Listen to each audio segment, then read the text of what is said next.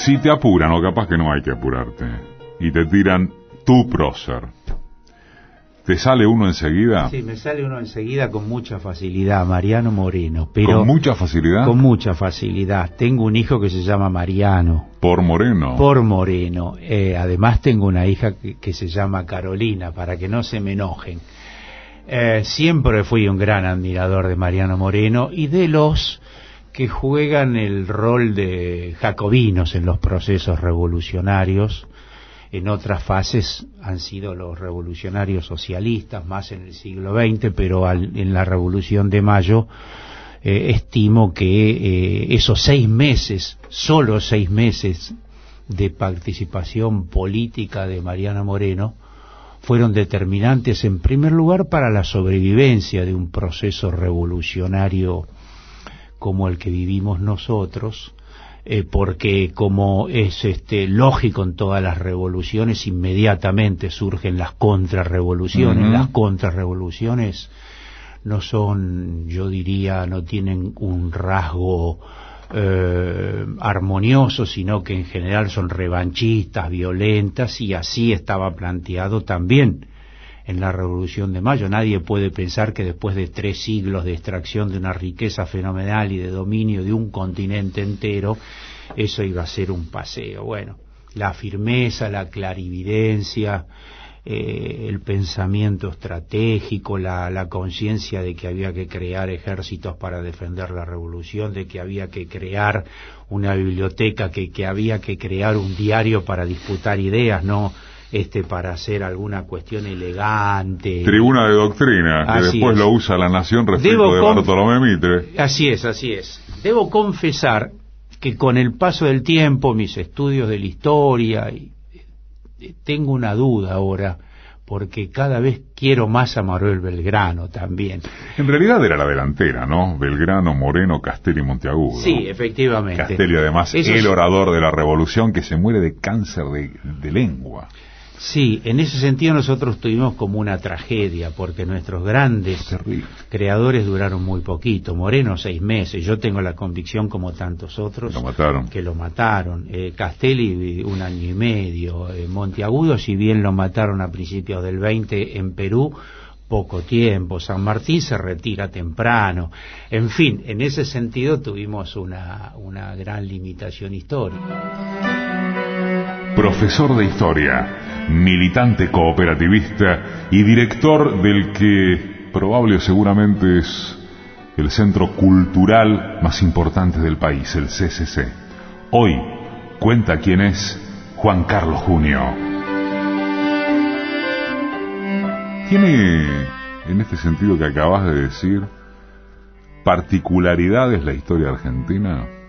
En cuanto a sus próceres, sus hombres, sus olvidos, las denostaciones. Sí, pero creo que todas las historias todas, absolutamente todas, tienen enormes particularidades en la medida que uno las estudia, porque expresan un contexto teórico, a su vez un contexto histórico, geográfico, religioso, circunstancias del lugar y de la época, de forma tal que la nuestra tiene lo suyo, pero si le preguntás a un peruano o a un bielorruso, francamente creo que te diría lo mismo, pero lo cierto es que las enormes particularidades existen, pero no sería completa mi respuesta si no digo a su vez que forman parte de grandes procesos históricos, ¿no es cierto? Y ya que vos citás la Revolución de Mayo, está claro que fue parte de un proceso histórico continental.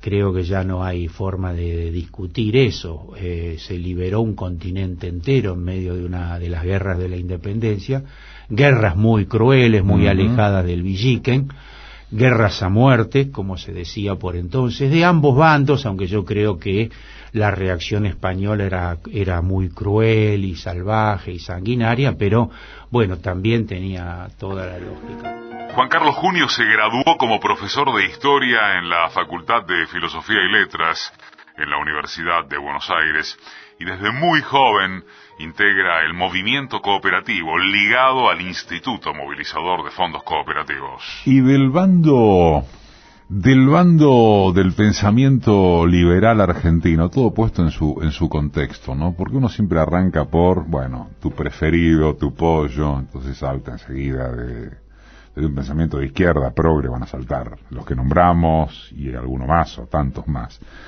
Y del otro bando, Sarmiento, Alberdi, ¿quién? Bueno, por lo pronto, yo ¿quién creo... fue un gran burgués, un gran pensador? Esos dos que vos mencionaste. En primer lugar, el propio Sarmiento, que es una figura polémica, obviamente, y más contradictoria que otras, aunque todos los personajes de la historia uno podría tomarse la licencia de decir que tienen contradicciones, ¿no es cierto? Unos más, otros menos, pero Sarmiento tenía, por un lado, tuvo por un lado un sustrato que devenía del positivismo comtiano, con ese biologismo reaccionario, y toda esa visión de que para civilizar el país había que hacerlo, no con los pueblos originarios, sino con otros pueblos, muy particularmente con los sajones, porque venía enamorado de la Revolución Norteamericana, que eso no es criticable, ya que la Revolución Norteamericana expresaba quizá el pensamiento y la acción constructiva de la burguesía del capitalismo más avanzada de aquel entonces, trae maestras.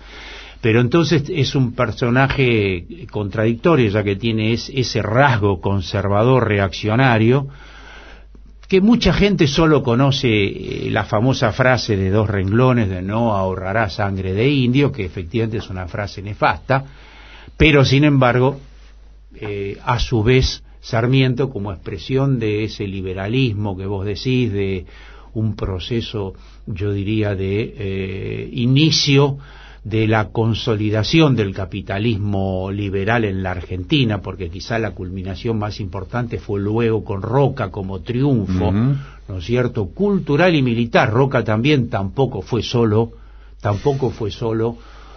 un déspota que masacró a los indios en la campaña del desierto, lo cual sí lo fue. Pero para terminar brevemente con Sarmiento, está todo lo otro de Sarmiento, todo su rasgo educativo, cultural, creador de escuelas. Eso no es un mito. Eso no es Villiquen. Eso no es Villiquen, están sus 40 tomos, fue un polemista y un orador notable. No hay personaje de la época en el mundo, más que nada en el continente y en Estados Unidos y en España, que no haya sido admirador o crítico, pero Sarmiento fue un personaje insoslayable. Creo un que escritor creo que sus obras son 40 y pico de tomos, por lo tanto, con leer una página o solo un aspecto de tamaño personaje. Bueno, y Alberdi también fue otro personaje notable. Para terminar con lo de Roca, que requeriría también mucho tiempo, efectivamente fue Roca la espada de esa oligarquía que implacablemente, en forma inhumana, se propuso extender la frontera de lo que ellos llamaban la civilización, matando indios. Eran mataindios y ladrones de tierras, digamos, y destructores de la cultura de los pueblos originarios. Ahora bien, no se puede dejar de considerar las otras cosas que hacen a la complejidad del personaje de la época. Hoy todavía nosotros reivindicamos la ley 1420, claro, que es de la época, que es Roca. Roca le quita al clero su poder en materia. El clero manejaba el nacimiento, la muerte, el bautismo. La doctrina Drago era un ministro de Roca. Simplemente yo lo que quiero decir, porque esto no es una charla de historia, aunque inevitablemente en mi caso me deslizo hacia allí, que los personajes deben ser vistos en su complejidad, en su contexto. Roca además fue, junto con Avellaneda, el presidente más joven de la Argentina, tuvo 2 presidencias, ¿no es cierto? No es un tipo que admiro ni que ame, para nada, muy por el contrario. Yo formo parte de los grandes críticos a Roca, sin embargo creo que fue, digamos, el líder más importante en su momento de la oligarquía. Junio es conferencista de Historia y Economía tanto en la Argentina como en el extranjero y es docente del Programa Latinoamericano de Educación a Distancia que dirige Atilio Borón. ¿Cuándo empieza a interesarte la historia? ¿Antes que la política? ¿Te gusta la historia y decís en algún momento de tu vida voy a ir por acá porque me interesa entender la política o entras a militar no sé, contalo, en la política, en el secundario, y a partir de ahí decís la historia puede ser una herramienta para entender mejor la política o para militar mejor la política? ¿O no es nada de todo esto? No, la historia, no. Esto último, me inclino, nunca lo pensé en los términos que me planteás, pero me inclino más por esta última variante. No fue ni una cosa ni la otra, simplemente me fui enamorando, la tenía al lado, y no sabía que la quería hasta que un buen día llegué a la conclusión de que estaba enamorado. En realidad yo ingresé a la política a los 13 años. ¿Primer año del secundario? Sí, primer año del secundario, pero en realidad no entré por el secundario, sino siguiendo los pasos de mi vieja, de mi madre, que era una militante comunista de barrio, muy combativa, muy abnegada. ¿De acá de Capital? Sí, de Colegiales y de Chacarita. Colegiales fue mis primeros 30 años mi barrio, y lo sigue siendo porque ahora que ya tengo 69, aunque no parezco, es cierto, debo admitir. Sigo yendo al club de mi barrio, sigo teniendo los amigos de los mismos, muchos de ellos de cuando tenía 5 años en la escuela primaria, una cosa muy muy interesante. Voy al club de mi barrio, así que mi barrio es, digamos, una impronta cultural muy muy notable. ¿Y cuando entras al secundario qué haces? ¿Entras en la fe? ¿De qué onda? Sí, efectivamente yo me incorporo a la Juventud Comunista siguiendo a mi vieja, en realidad el ejemplo de mi vieja, las convicciones de mi vieja. Mi papá era un hombre que murió joven, era un hombre que hoy diríamos progresista, que respetaba sus tradiciones religiosas judías, no religiosas, sus tradiciones culturales judías. Era progresista. Yo recuerdo que venía todas las semanas con Propósitos, aquel diario de Barletta, que tenía la tipografía verde y negra. Por lo tanto, eso era mi viejo, era un hombre muy culto que a mí en ese sentido me ayudó mucho. Ese ejemplo y ese rasgo de lo cultural. Mi mamá, en cambio, era una hija era hija de chacareros que habían huido de los pogrom rusos y vivían en un pueblito de La Pampa, ¿no es cierto? Un pueblito pequeñísimo, era y sigue siendo ahora. Por lo tanto, mi mamá no tenía estudios, pero sin embargo era una afamada lectora, más que nada de literatura y de poesía, ¿no es cierto? Aunque se interesaba también por la política.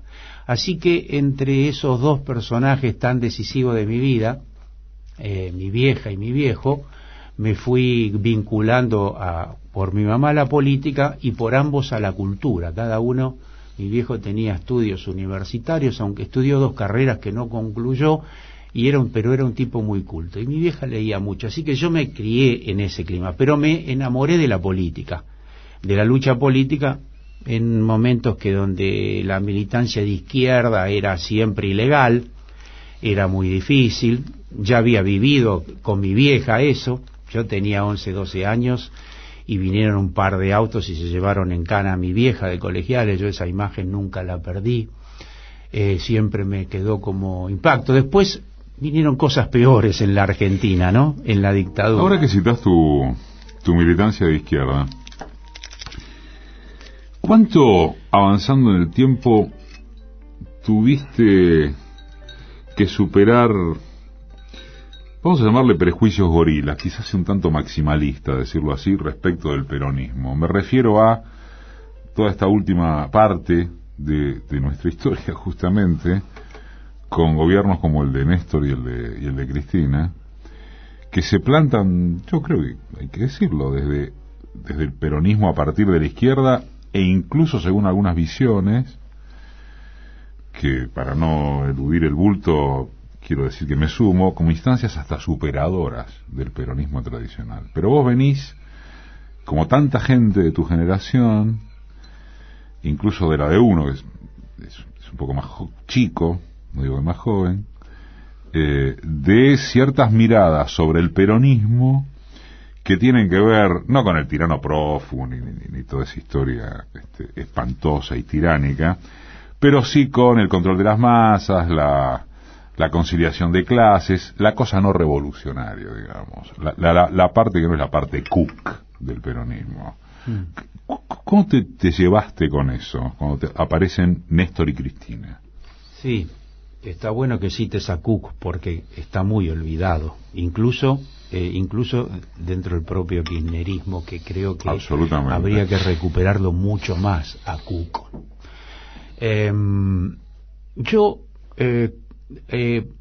Tomando tu expresión, lo que a mí me facilitó, que yo siempre tuve una visión del peronismo con un rasgo crítico, pero de valoración como fenómeno social. No tenía un prejuicio, como vos decís, ideológico, o una visión muy definida como tenía mi mamá, que estaba ligada a aquellos comunistas y a aquella gente de izquierda de la posguerra, que su vida estuvo muy condicionada por el enfrentamiento con el nazifascismo, y entonces el famoso tema del GO y el vínculo de Perón con esos sectores, y esa ya antinomia que se generó después del 46 por la posición no peronista del partido, después la represión que ellos sufrieron incluso durante el propio gobierno de Perón, y todo eso constituyó una situación que yo no viví, en todo caso sí leí y escuché, pero yo lo viví sí como un fenómeno social, político y cultural de enorme trascendencia, que lo observaba con un criterio, yo diría, crítico, porque yo tengo una formación socialista, marxista, pero no con ningún prejuicio, y siempre tuve claro que fue un fenómeno social y político decisivo. Siempre tuve una inclinación, yo diría, admirativa por Evita, ¿no es cierto?, como gran líder de masas, como reivindicadora de la mujer, como mujer combativa, etcétera, etcétera.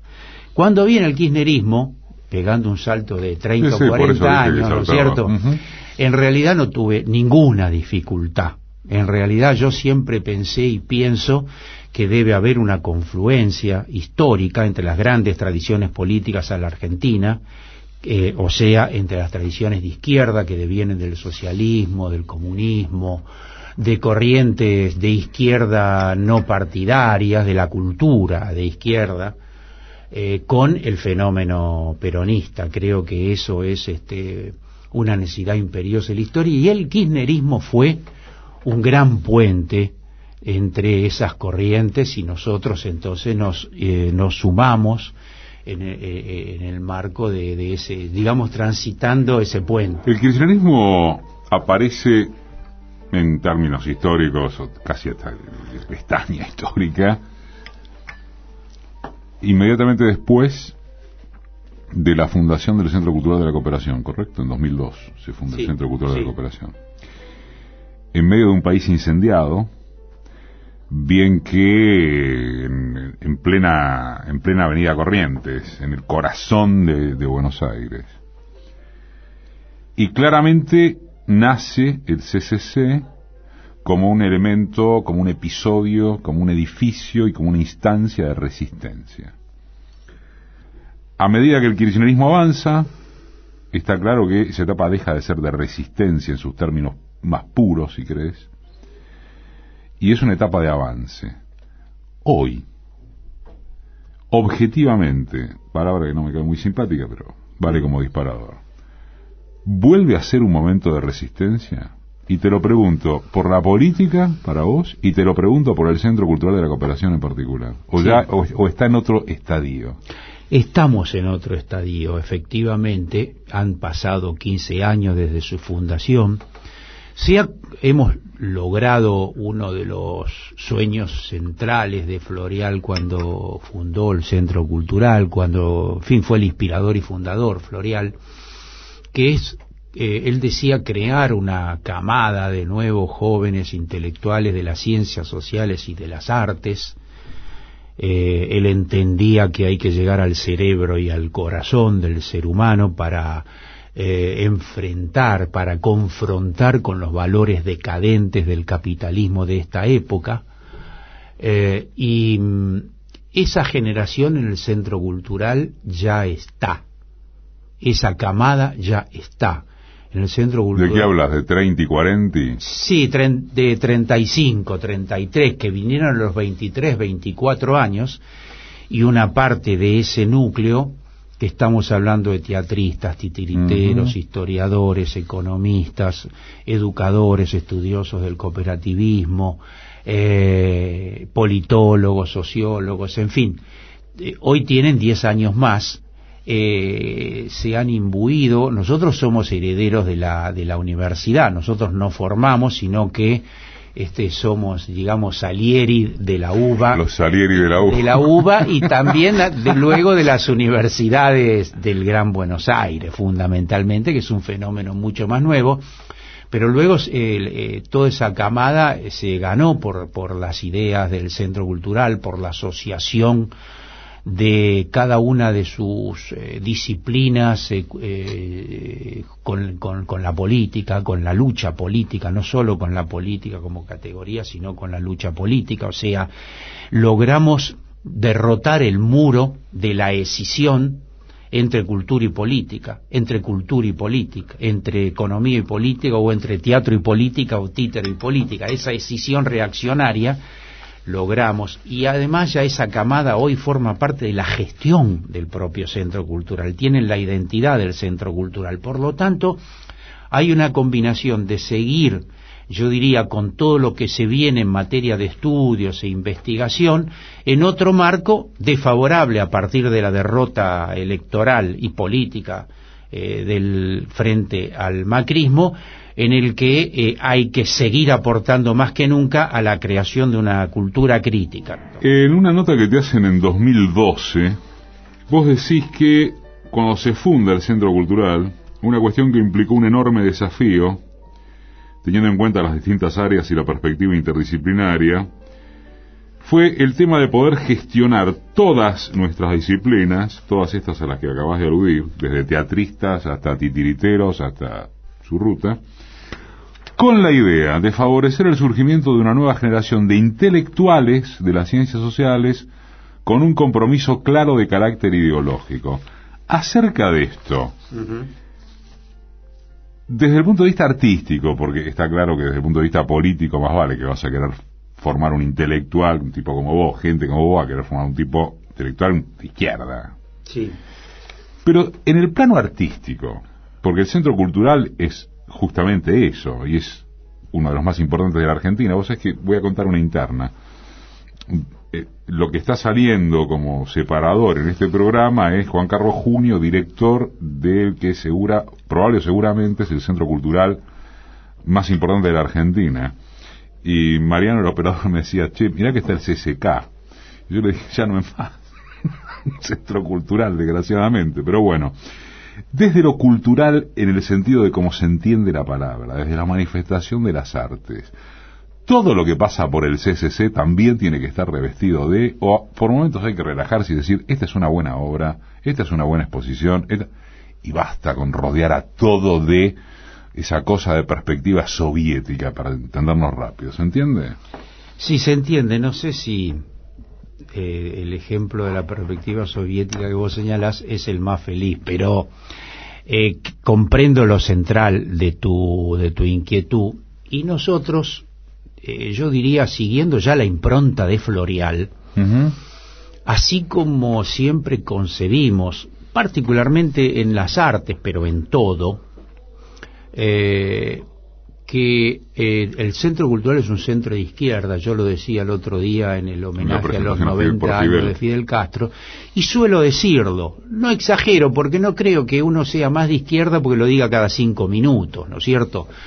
Pero bueno, así fue fundado nuestro Centro Cultural, pero nosotros siempre hemos creído que es imprescindible combinar en las artes en particular, pero en el conjunto de las ciencias sociales también, la tradición latinoamericanista, yo diría nacional de izquierda, ¿no es cierto?, lo nacional, lo izquierdista, con lo que es la herencia cultural de la humanidad y de nuestro propio país, que no podríamos de ninguna manera caraturarla de izquierda. Por eso el Centro Cultural creo que ha logrado instalarse como tal, porque nosotros somos amantes de Shakespeare y de Dostoyevsky y de Molière y de Roberto Art y de la tradición teatrística y cultural de la Argentina, que no sé si son o no son de izquierda, no ni es cierto, importa, ni me importa, muy por el contrario. Lo que nosotros en todo caso nos preocupa que haya nivel creativo, que la creatividad sea el gran desafío de los artistas del Centro Cultural. E insisto, nosotros tenemos una concepción de integralidad del artista. Aspiramos a que el teatrista o el titiritero no solo sea un buen teatrista cuando se sube a las tablas, que eso es imprescindible y excluyente, sino que a su vez tenga un compromiso con su época, que tenga un compromiso sindical, un compromiso con la cultura, un compromiso con su profesión, con la política, en fin. Esa es nuestra visión del artista, y yo creo que los artistas que hoy conforman el activo del Centro Cultural tienen esa integralidad. Además de dirigir el Centro Cultural de la Cooperación, Junio hace lo propio en la revista electrónica de esa entidad. ¿Cuánta gente pasa por el Centro Cultural por año? Últimas cifras. ¿Cuánta gente está pasando? Y pasan, el otro día estuvimos haciendo una memoria, llegamos a unos 135.000 personas, entendiendo los que pasan por las 3 salas de teatro, los que vienen a las muestras plásticas, los que vienen a las presentaciones que se hacen de economía. Ahora vamos a hacer un congreso de economía muy trascendente, de poesía, en fin, las más infinitas actividades, los niños, todo lo que tiene que ver con el teatro infantil.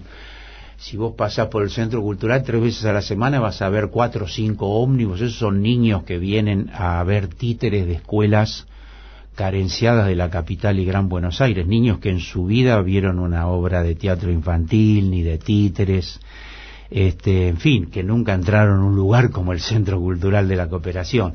Lo único que quiero hacer una salvedad de lo que vos dijiste, es que creo que efectivamente el nuestro Centro Cultural, no sé si es el más importante, pero para ahí anda, pero excluyendo los estatales, ¿no es cierto? Está claro. Los estatales creo que tienen por su carácter otra dimensión, pero sacando los estatales, el nuestro es uno efectivamente de los de mayor trascendencia, ¿no? ¿Qué contradicciones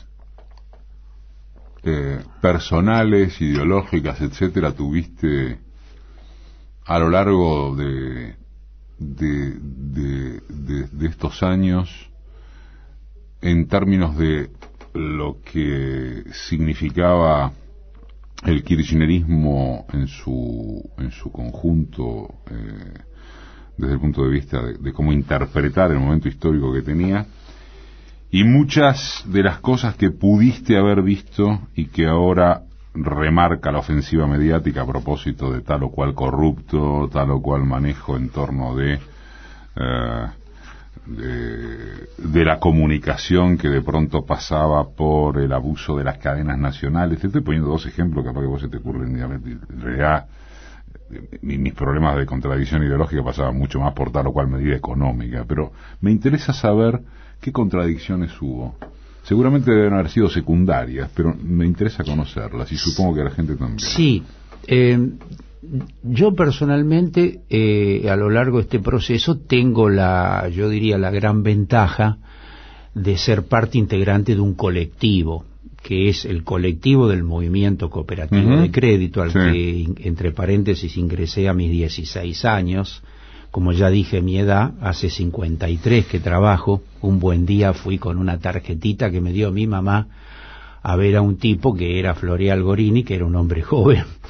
Y desde entonces estoy trabajando en el movimiento cooperativo, y a su vez hace 10 años formamos el Partido Solidario, y entonces estoy en un colectivo donde provenimos de una misma cultura, precisamente, que es la izquierda y el movimiento cooperativo, y desde allí tenemos una gran contención, aunque por suerte ahora al Partido Solidario están viniendo otros afluentes, yo diría, ideológicos, políticos. Hecho este introito, voy concretamente a lo que vos decís. Nosotros ingresamos y valoramos el fenómeno kirchnerista precisamente porque nuestras demandas y nuestras visiones previas al kirchnerismo luego se fueron compadeciendo con cuestiones centrales que el kirchnerismo fue haciendo. Nosotros reclamamos una moratoria de la deuda externa. Vino Kirchner y lo hizo, además de pagarle al Fondo Monetario Internacional y sacárselo de encima, que fue una decisión de gran trascendencia. Nosotros reclamábamos una política de derechos humanos de memoria, verdad e injusticia. Nosotros reclamábamos políticas sociales que se fueron implementando a favor de los sectores más humildes. En fin, nosotros reclamábamos un cambio en el sistema jubilatorio y previsional que más tardíamente, pero que finalmente fue viviendo. Reclamamos paritarias, no había paritarias porque en realidad nunca se derogaron del todo, pero de hecho, y así, y por encima de todo, o yo diría en primer lugar, reclamamos una política exterior latinoamericanista y que salga de la lógica de subordinación al imperio de época, al imperialismo, y que fortalezcamos un polo latinoamericano, aunque nunca soñamos que iba a ocurrir lo que después ocurrió con Lula, con Néstor. ¿Nunca lo soñaron?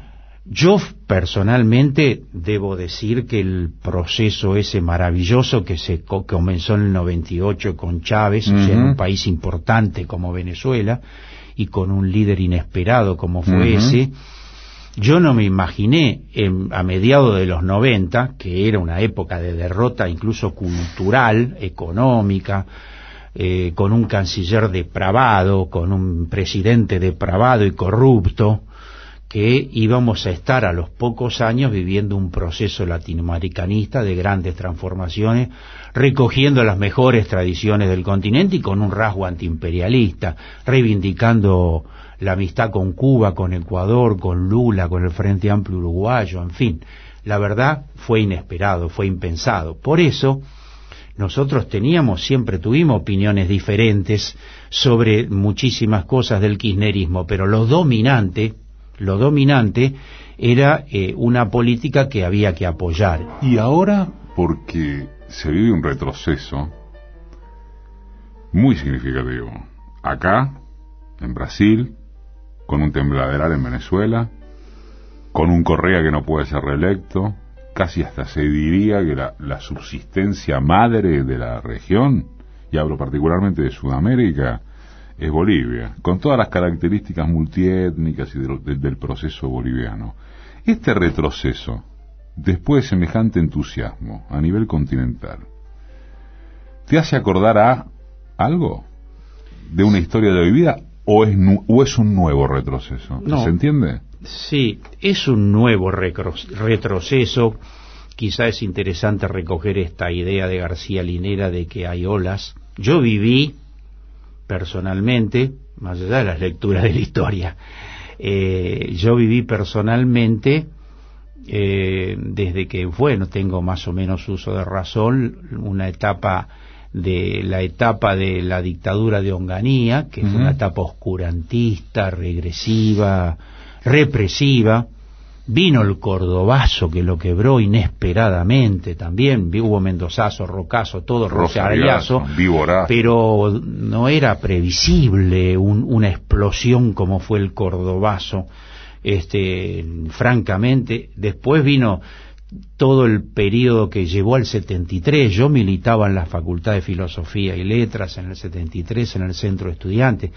Ahí también tuve un fuerte vínculo con la juventud peronista, teníamos una fuerte alianza en la universidad nosotros y luchábamos juntos durante ese periodo en el que tocamos el cielo con las manos porque, en fin, luchábamos todos por el socialismo. Luego vino la tragedia, la matanza, así que ese proceso de auge y de gran retroceso como fue la dictadura del 76 lo viví.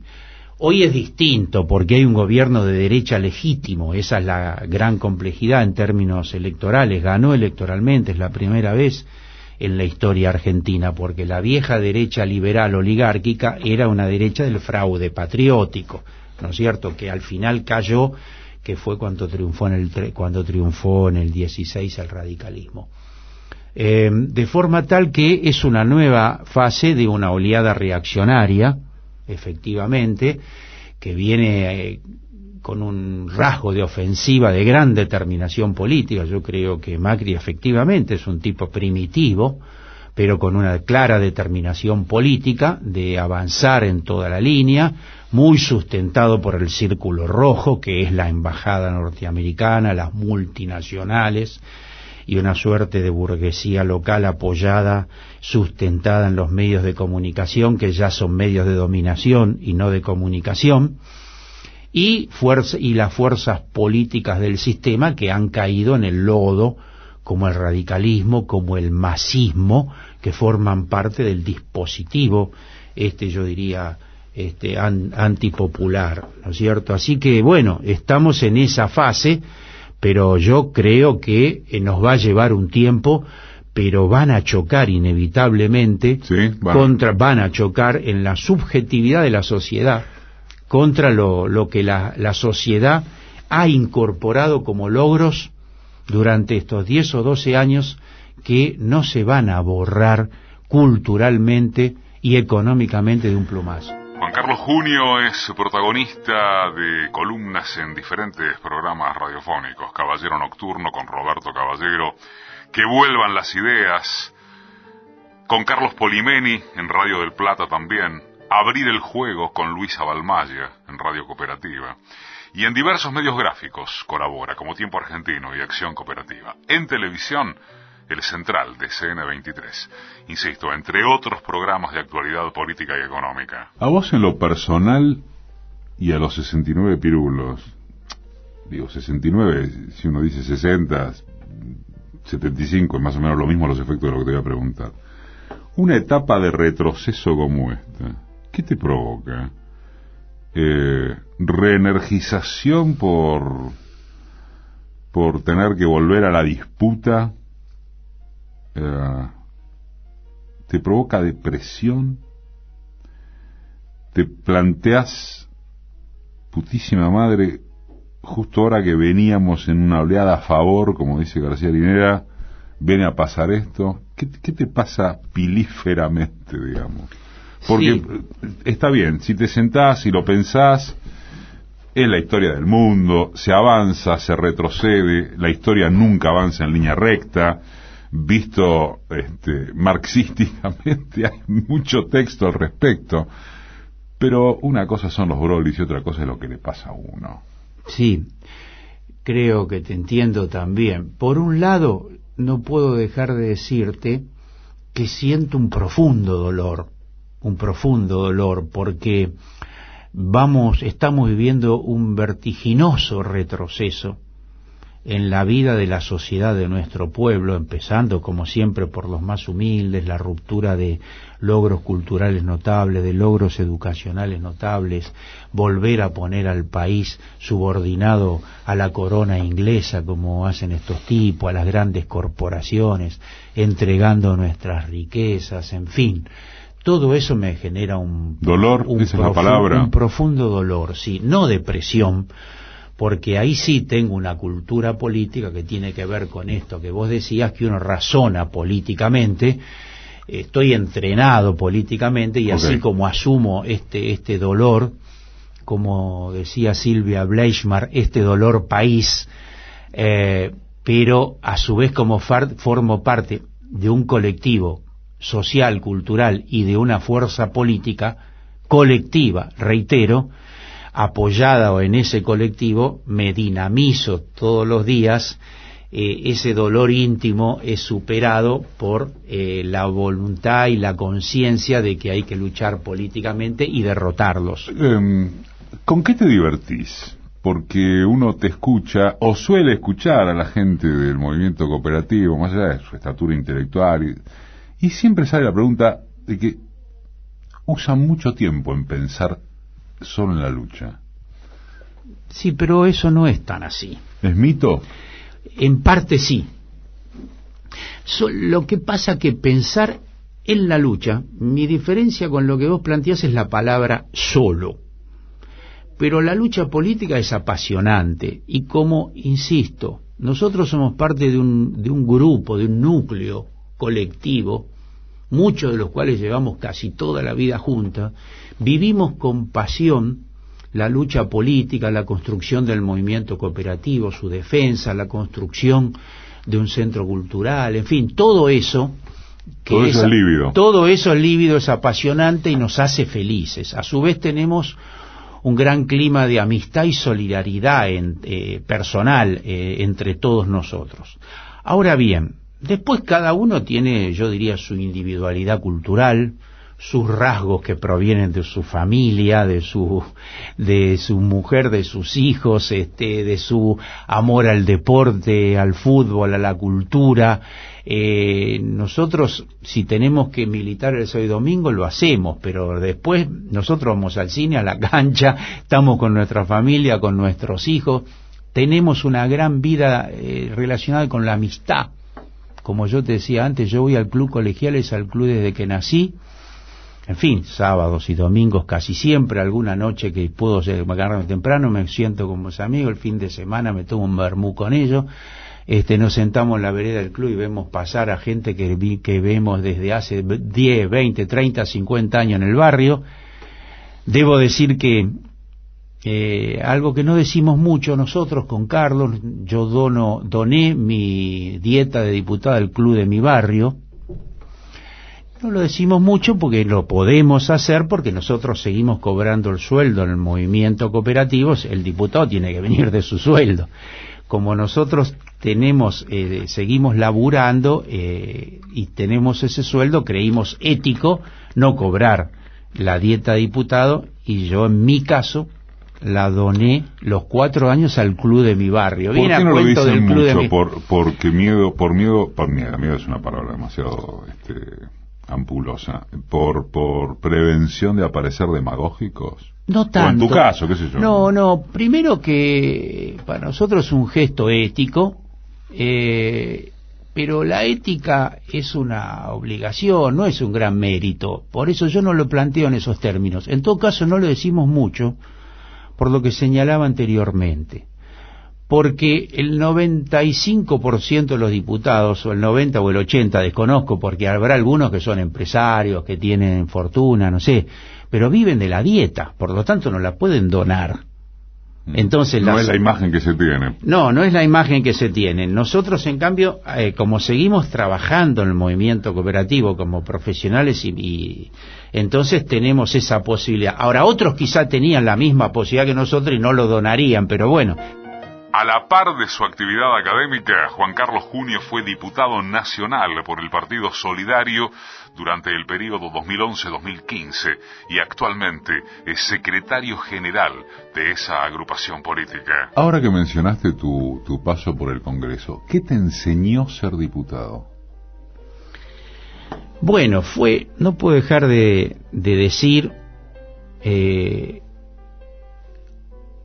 otra cosa primero. Fue un gran honor ser diputado de la Nación. Yo no sé si hoy la condición de diputado de la Nación está considerado un gran mérito o un demérito, pero en mi cultura política, en mis nociones culturales y con nuestra trayectoria política, para mí fue un gran valor, un gran atributo en mi vida, ser diputado, ser representante del pueblo, ser elegido por el pueblo y sentir legitimidad de esa elección, porque bueno, toda mi vida luché lo mejor que pude, por un lado. Por el otro lado, creo que para responder específicamente a tu pregunta, lo interesante de allí es la convivencia permanente y cotidiana con otras expresiones ideológicas, culturales y políticas, incluso antagónicas,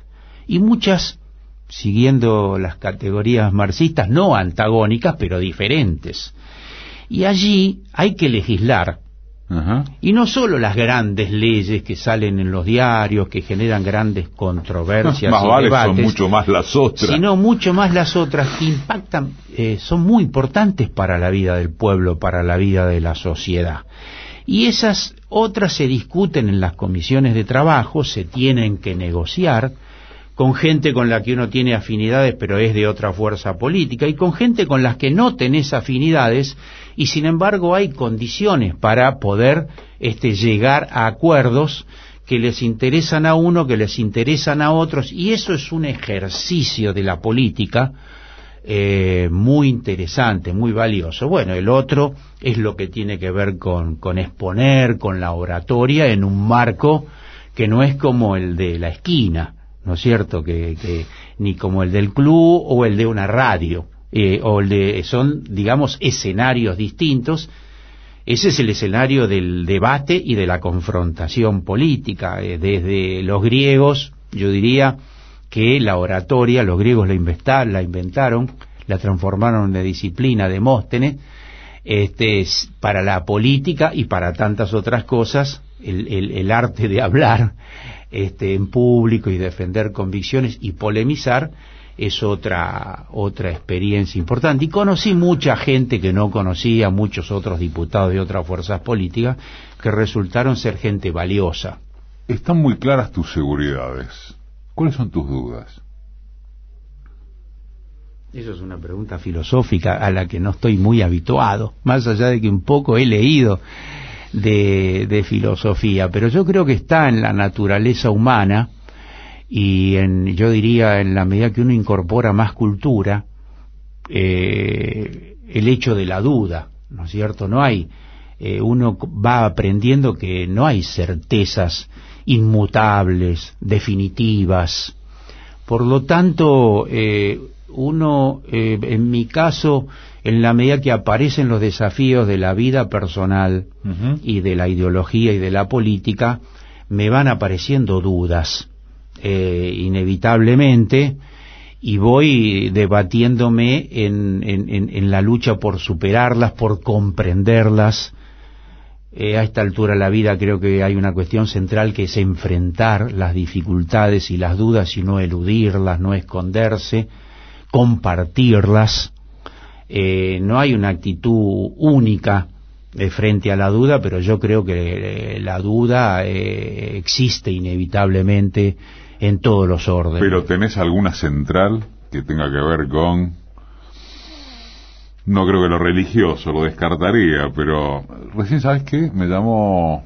No es que me llamó la atención, me llamó a reforzar esto de que no hay verdades inmutables y demás, ¿no? Porque como tipos que venimos de la cultura de izquierda, y generacionalmente sobre todo, veníamos también de la clase obrera como motor de la historia, digo, ese tipo de conceptos, hasta que, como decía un graffiti en una calle de Perú, allá por los 90 creo, cuando teníamos todas las respuestas, nos cambiaron todas las preguntas. Sí. Y me parece interesante esto que decís acerca de, bueno, uno aprendió que no hay verdades inmutables, certezas sin retorno. ¿Eso es atrapante o era más cómodo lo otro? Sí, es posible que es más cómodo lo otro, pero es falso. La realidad en la vida, en las ideas, y yo diría en la lucha social, es esa cosa tan compleja, contradictoria y en movimiento. Precisamente la dialéctica enseña que todo en la naturaleza y en la sociedad está en movimiento y en contradicción. Este edificio donde nosotros estamos acá también tiene movimiento. Ni que hablar ni que hablar la naturaleza, ni que hablar el ser humano, y ni que hablar la sociedad, y insisto, la propia naturaleza. Ahora, en todo caso, a diferencia de animales y vegetales que siguen el ciclo biológico y que están condicionados por ese ciclo biológico, la sociedad humana, el ser humano, es creación histórica, como decía Gramsci. O sea, en la medida que se apodera de la cultura, en la medida que va tomando conciencia que no solo es un ser individual, sino que es un ser social y cultural, y que consecuentemente se va apoderando de sí mismo como parte de un colectivo y toma conciencia de que es creación histórica, desde toda esa visión, entonces uno puede comprender que hay dudas, que hay contradicciones inesperadas, porque no es que las contradicciones se planean, uno las lee en los libros y entonces, bueno, actúa sobre ellas preventivamente y las resuelve. No hay tal cosa, sino que se van generando en la dinámica social. En todo caso, la cultura es uno de los lugares más esenciales, más fenomenales para enfrentar al capitalismo, al imperialismo. Siempre hay, decía Floreal, dos culturas a lo largo de toda la historia de la humanidad. Una cultura de los dominados, nosotros en historia decimos de los vencidos, y una cultura de los que dominan, ¿no es cierto? Decime quién sos vos. Bueno, no lo pensé, a pesar de que tantas veces he escuchado este programa, pero bueno, yo me siento un tipo de mi época que ha tenido siempre me siento un militante, ¿no? Que ha tenido siempre un compromiso político, que he amado a mis viejos y a mi familia, a mis hijos Mariano, Carolina, a mi mujer Noemí, con la que estoy casado hace 38 años y bueno, nos hemos amado casi toda la vida. Tengo una valoración notable de mi niñez, de mis viejos, que me ayudaron mucho. Todos, en fin, amarán a sus viejos, no hagan ninguna novedad, pero yo tengo, de todo eso, creo que he tenido entonces una fuerte, yo diría, he compartido la vida con amigos, con compañeros de lucha y con mi familia, y desde ese lugar de fuerte compromiso, yo diría, con todo eso, me siento parte de un núcleo militante de la sociedad y de la vida, ¿no? En ese sentido sí me siento feliz. Juan Carlos Junio.